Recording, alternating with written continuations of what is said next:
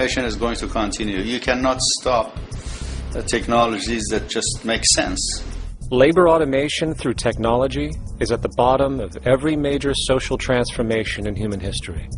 From the agricultural revolution and the invention of the plow, to the industrial revolution and the invention of the powered machine, to the information age we live in now, through essentially the invention of advanced electronics and computers. And with regard to advanced production methods today, mechanization is now evolving on its own, moving away from the traditional method of assembling component parts into a configuration into an advanced method of creating entire products in one single process. Like most engineers, I'm fascinated by biology because it's so full of examples of extraordinary pieces of engineering. And absolutely, what biology is the study of things that copy themselves. Of course, that's as good a definition of life as we've got. Again, as an engineer, I've always been intrigued by the idea of machines that would copy themselves. RepRap is a three-dimensional printer. That's to say, it's a printer that you plug into a computer, and instead of making two-dimensional sheets of paper with patterns on, it makes real, physical, three-dimensional objects. Now, there's nothing new about that. 3D printers have been around for about 30 years. Big thing about RepRap is that it prints most of its own parts. So if you've got one, you can make another one and give it to a friend, as well as being able to print lots of useful things. From the simple printing of basic household goods in your home to the printing of an entire automobile body in one swoop, advanced automated 3D printing now has the potential to transform virtually every field of production, including home construction. Contour crafting is actually a fabrication technology, the so-called 3D printing, when you directly build a 3D object from a computer model. Using contour crafting, it will be possible to build a 2,000 square foot home entirely by the machine in one day. The reason that people are interested in automating construction is that it really brings a lot of benefits. For example, construction is pretty labor intensive, and although it provides job for a sector of the society, it also has issues and complications. For example, construction is the most dangerous job that there is. It is worse than mining and agriculture. It has got the highest level of fatality almost in every country. Another issue is the waste. An average home in the United States has 3 to 7 tons of waste. So this is huge if we look at the impact of construction and knowing that about 40% of all materials in the world are used in construction. So big waste of energy and resources and big damage to the environment as well. Making homes using hammers and nails and wood with the state-of-art technology today is really absurd and will go the way of our labor class in regards to manufacturing in the United States. Recently, there was a study by economist David Autor of MIT that states that our middle class is obsolete and being replaced by automation. Quite simply, mechanization is more productive, efficient, and sustainable than human labor in virtually every sector of the economy today. Machines do not need vacations, breaks, insurance, pensions, and they can work 24 hours a day, every day. The output potential and accuracy compared to human labor is unmatched. The bottom line, repetitive human labor is becoming obsolete and impractical across the world, and the unemployment you see around you today is fundamentally the result of this evolution of efficiency in technology.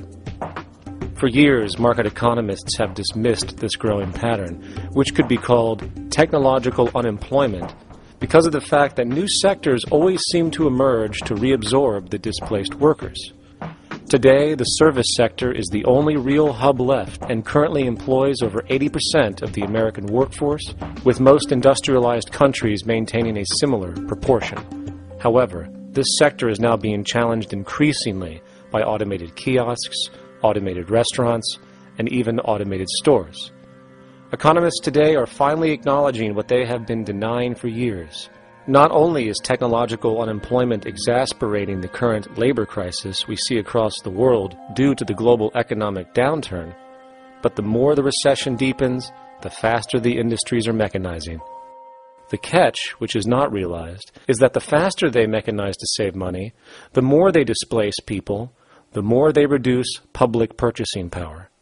This means that while the corporation can produce everything more cheaply, fewer and fewer people will actually have money to buy anything, regardless of how cheap they become.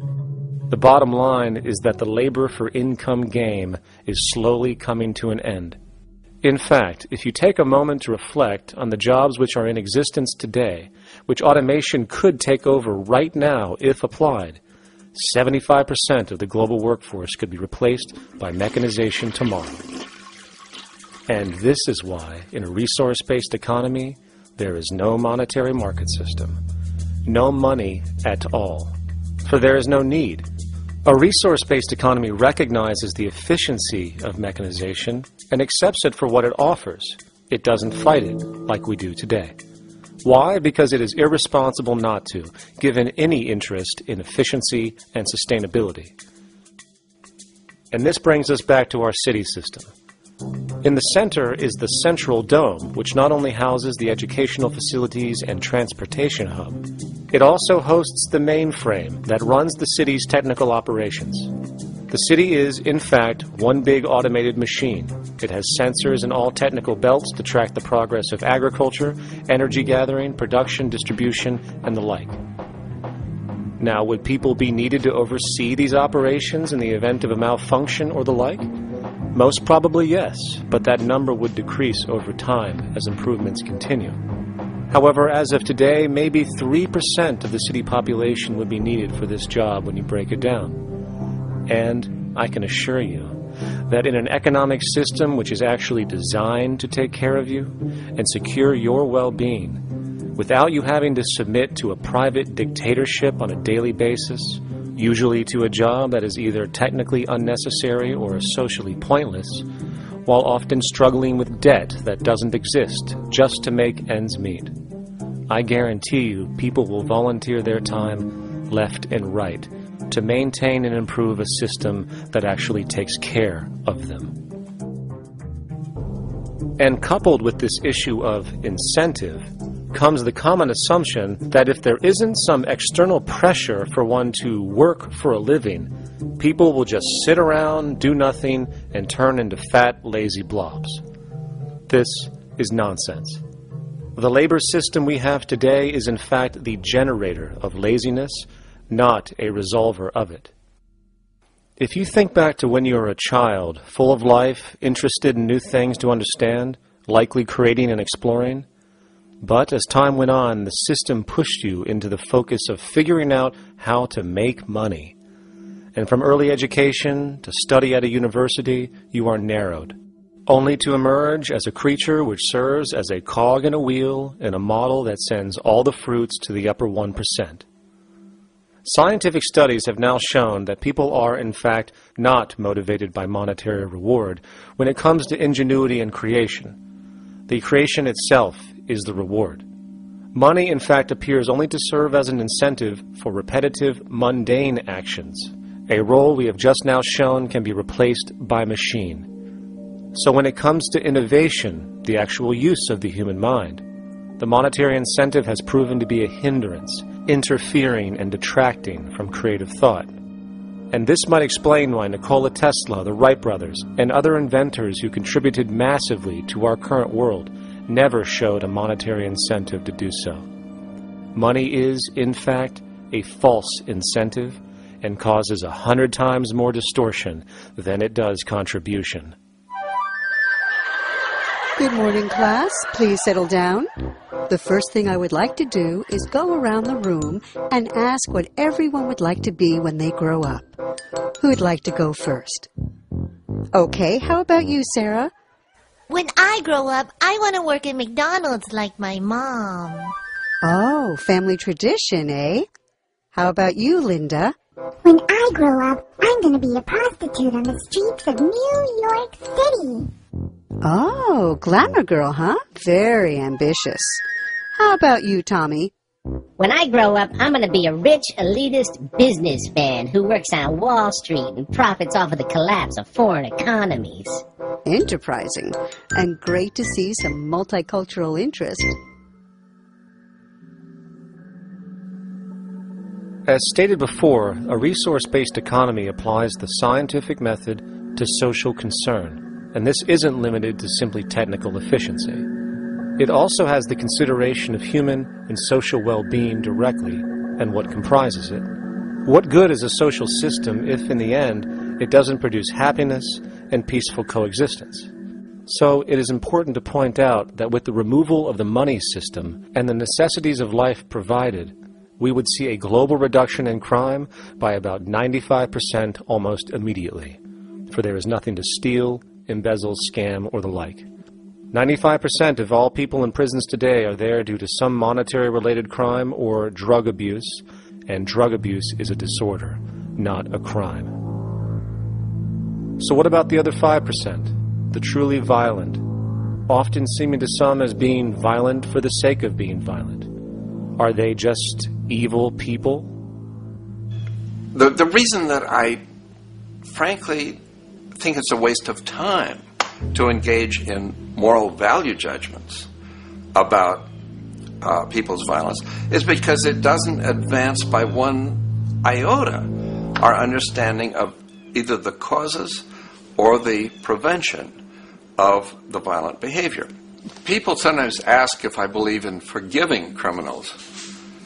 My answer to that is, no, I don't believe in forgiveness any more than I believe in condemnation.